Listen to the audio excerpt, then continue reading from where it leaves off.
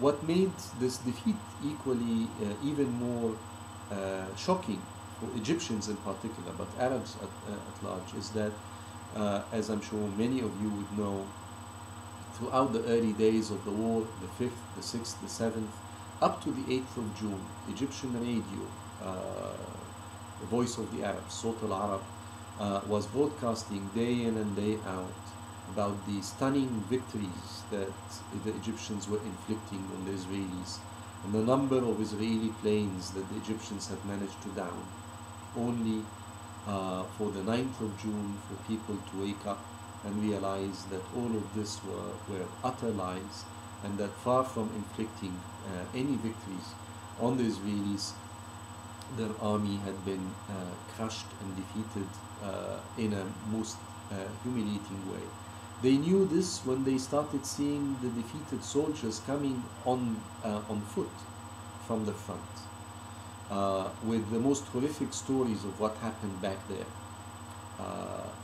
Nasser, on the 9th of June, decided to accept the responsibility, and in a very interesting, I would put it this way, move, he went to TV and spoke to the Egyptian people, indeed to the Arab people, and declared that he is solely responsible for this defeat, and he rendered his resignation.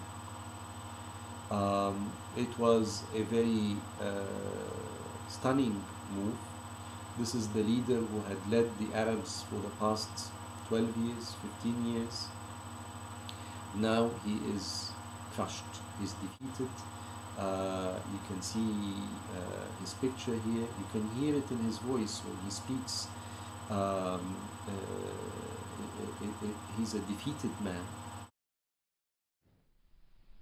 وأقول لكم بصدق وبرغم أية عوامل قد أكون بنيت عليها موقفي في الأزمة، فإنني على استعداد لتحمل المسؤولية كلها، ولقد اتخذت قرارا أريدكم جميعا أن تساعدوني عليه. لقد قررت أن أتنحى تماما ونهائيا عن أي منصب رسمي وأي دور سياسي، وأن أعود إلى صفوف الجماهير أؤدي واجبي معها كأي مواطن آخر. But two interesting things about this famous resignation speech. This is a resignation speech that was written by Hakel, Muhammad Hassanin Hakel, and I consider the resignation speech to be the best thing that Hakel ever wrote. He understood exactly what to say, what to make his friend and leader say, and how to move the people. Because moving the people is exactly what happened. The speech, when it was broadcast live, had an amazing magical effect on people. People were stunned to hear the leader say that he has resigned, and in an amazing, in a sense, paradoxical move, they took to the streets, not asking and approving his resignation, and not asking for his trial, because he's the one who's responsible, but asking him to stay and to withdraw his resignation. These are the famous demonstrations of the 9th and 10th of June, when literally hundreds of thousands of people took to the streets, protesting not against the defeat of the army, but against the withdrawal, against the resignation speech. They wanted Nasser to stay in power. There are various explanations for this very paradoxical move. The best one that I heard, that I accept in a sense, is that of a people who think about their leader as a father. A father who has erred, a father who has made mistakes, but a father nevertheless. And they're telling him, you cannot leave us in this mess. you have to take over, you have to stay and fix it. And this is what happened. He withdrew his resignation and decided to fight on. Nasser effectively and Nasserism were dead. People jokingly or half jokingly say that Nasser died in 67 but was buried in 1970. Of course, Nasser actually died in 1970. But effectively, he was over in 1967 as a leader. And his project of national renaissance, if you want, was over in 1967. Now, what does this have to do with the Palestinian conflict? Well, a lot. But to continue with the results of the war, and I want to stop and say a couple of things about the results of the war. We have to say the following: Nasser was defeated, but did not accept the defeat. And that's an interesting gesture. A defeated general goes and hands in his weapons, so to speak, and accepts the diplomatic results of the defeat. He signs a treaty of defeat. We've seen the Sultan do this, the Ottoman Sultan at the end of the First World War. We've seen a picture of him signing the treaty of defeat. Nasser never did. The joke, or not the joke, there's a funny story about Dayan, Moshe Dayan, the Israeli general, who was the mastermind behind the stunning victory, waiting for Nasser's phone call that never came. And Nasser instead decided to fight this war diplomatically as best as he could. So he said, he convened an Arab summit in Khartoum and issued the famous three no's, ثلاث لآت: no to recognition of Israel, no to negotiation, and no to peace with Israel, unless and until occupied territory, the occupied territories are returned to Egypt. Diplomatically, he launched a very vicious diplomatic campaign in the United Nations in New York. And these negotiations resulted in the famous Resolution 242 of 1967, November 1967. This is a very important resolution. We spoke earlier about Resolution 194 of the refugees. We spoke about Resolution 181 of the partition of Palestine. This is a different resolution. This is a resolution of the Security Council, not of the General Assembly of the United Nations. It's a resolution that, as you can see here, says that it emphasizes the inadmissibility of the acquisition of territory by war. In other words, the principle of occupying territory by war is not to be accepted. And says that calls on Israel to withdraw its forces from territories occupied in the recent conflict. This is a very interesting clause. I'll read it for you because, as you can see it on the screen here, withdrawal of Israeli armed forces from territories occupied in the recent conflict. The interesting thing here is the definitive article there that is not included. It should have read withdrawal of the Israeli armed forces from the territories occupied in the recent conflict. But as a result of very ferocious negotiations on the part of the Israelis, backed by the Americans, the definitive article was withdrawn.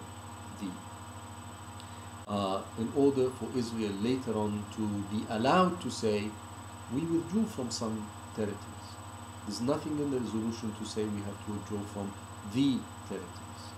When you leave it undefined, then you can interpret it in whichever way you want.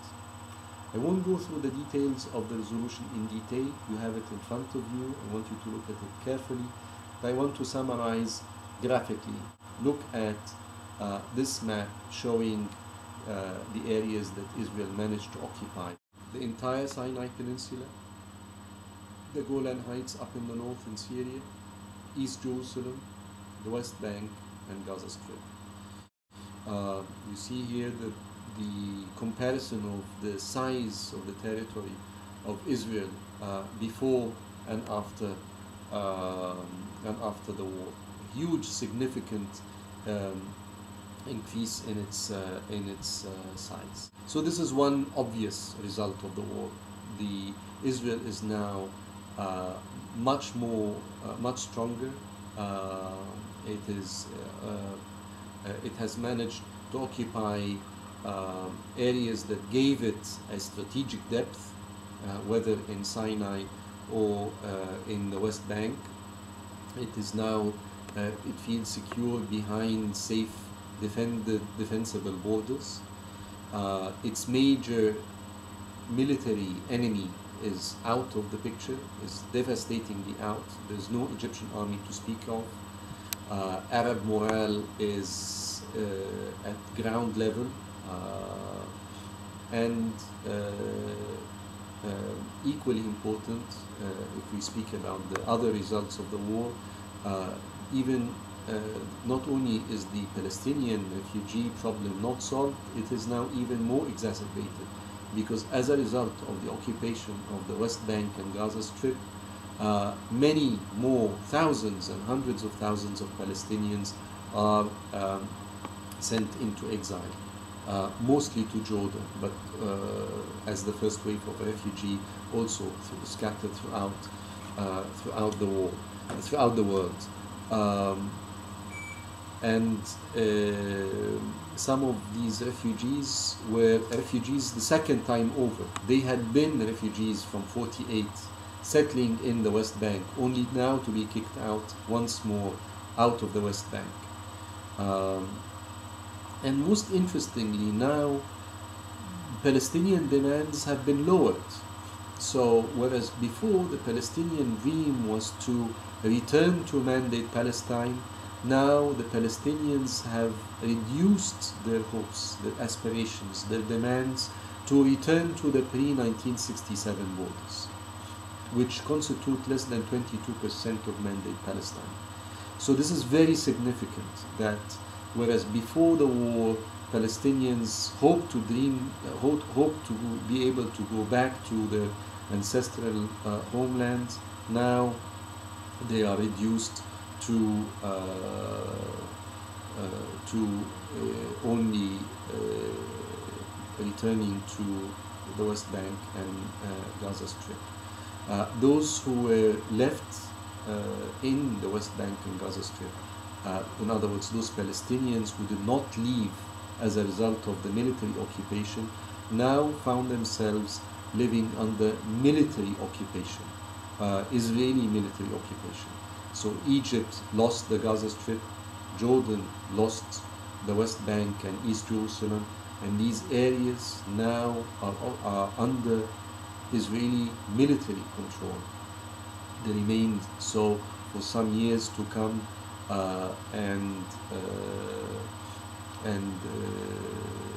until they were incorporated under civilian authority. But for a long time they were under military control. So these are the results of the 1967 war. It is a huge loss of territory, a military defeat of Egypt, Syria, Jordan, the Palestinians, and Syria. Loss of territory in Sinai, the West Bank, Gaza Strip, the East Jerusalem, the Golan Heights. Some kind of a diplomatic victory represented in 242, Resolution 242, that calls for Israel to withdraw, but this resolution was never actually implemented. Another wave of exodus of Palestinian refugees out of the West Bank and Gaza Strip, and a severe blow to the hopes, the aspirations of the Palestinians and the Egyptians and Arabs at large, and the lowering of the ceiling of demands of the Palestinians from asking to be allowed to return to their homes and to recapture mandate Palestine. Now they are content to ask for only the West Bank and Gaza Strip. And the last thing that I would say in this regard is the psychological impact of the war. As I said, this is not a military victory. This is not a diplomatic, this is not only a military defeat or a political or a diplomatic defeat. This is a deep psychological, social, and cultural defeat. And indeed, many people who try and study historically the rise of Islamism in Egypt and throughout the Middle East and the Arab world, they cannot but highlight the importance of 67. If you read the personal memoirs of any of the Islamist figures, I was just reading the memoirs of Abd al-Min'am Abu al-Futuh, and for him there's no doubt 67 was a turning point. That's when he started going to the mosque. That's when he became aware that something wrong is happening. He started going to the mosque not for political reasons, but for psychological, religious reasons. He wanted a refuge. He wanted an answer, a personal answer to this deep question of what went wrong. And he sought it like hundreds of others, other Egyptians, indeed millions of others, who sought a refuge and an answer in religion. The same is true of Tariq al-Bishri, the famous judge who was a secular, leftist intellectual, who was shaken to the core by 1967. The turning point in Tariq al-Bishri's intellectual outlook from being a secular to being an Islamist happened in 67. And one can cite many other numerous examples of individuals, but also societies. This was not an individual impact. In other words, it was not an impact on individuals as such, but this had a huge social impact of millions of people seeking refuge in religion, having given up faith in Nasser and socialism and Arab socialism and Arab solidarity and Arab nationalism, and thinking that this was a big lie, and that we have to start something new. And gradually and surely, but slowly but surely, we start seeing the beginning of political Islam throughout the Arab world.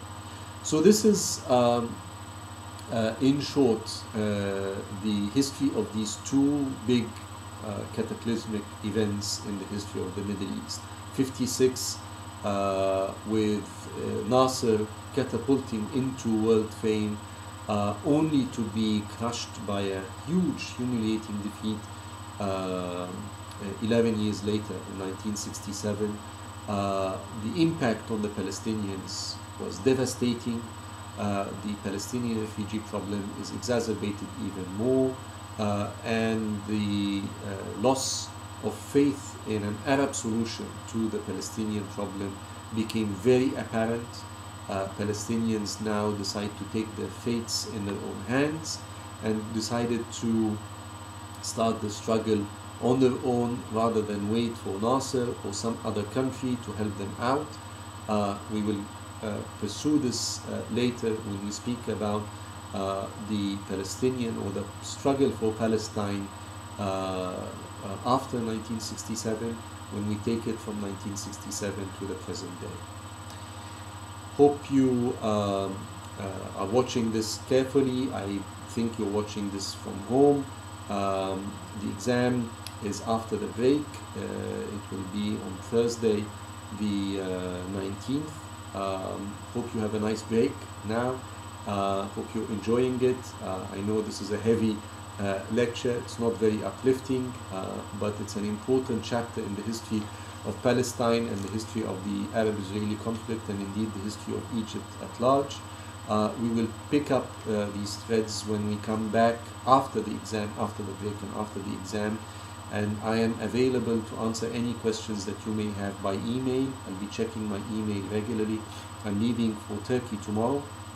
I'm going to the Istanbul Film Festival. I've been invited to watch some movies and comment on them. So while you are stuck at home watching this bleak lecture, and studying about something so heavy and not uplifting as the 1967. I am enjoying my time, having nice food in Turkey, and watching movies and seeing friends, and enjoying my time. Okay, take care. Bye.